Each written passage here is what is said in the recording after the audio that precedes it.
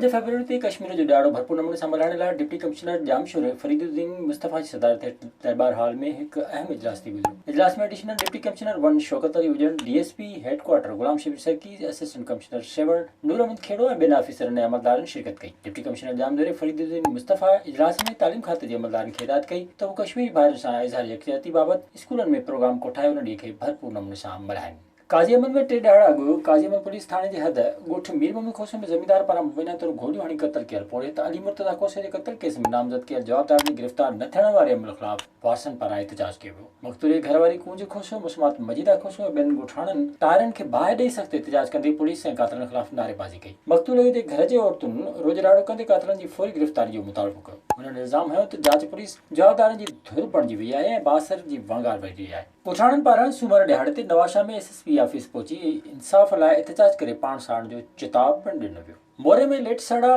Minor जे आबादगारनि पारां पाणी न मिलण, शाख जी खाटी न थियण, पुछड़ी ताईं पाणी न पहुचण ख़िलाफ़ एहतजाजी मुज़ाहिरो करे बुख हड़ताल कई वई। बुख हड़ताल ते वेठलनि जे हथनि में प्ले कार्ड हुआ जिन ते लेटसड़ा माइनर जे आबादगारनि खे पुछड़ी ताईं पाणी ॾियो ऐं इंजीनियर नतीम जोखियो खे हटायो जा जज़्बाती नारा लिखियल हुआ। बुख हड़ताल कैंप जी अॻवानी पीर इमदाद अली शाह, नवाज़ आलमणी ॿिनि आबादगारनि कई। आबादगारनि सिंध जे वॾे वज़ीर ऐं आपाशी सूबाई वज़ीर सेक्रेटरी ऐं ॿिनि वसवारनि खां मुतालबो कयो त शाख जी खाटी कराए साणनि इंसाफ़ कयो वञे। विज़िट कयो अवामी आवाज़ मीडिया ग्रुप जी वेबसाइट awamiawaz.pk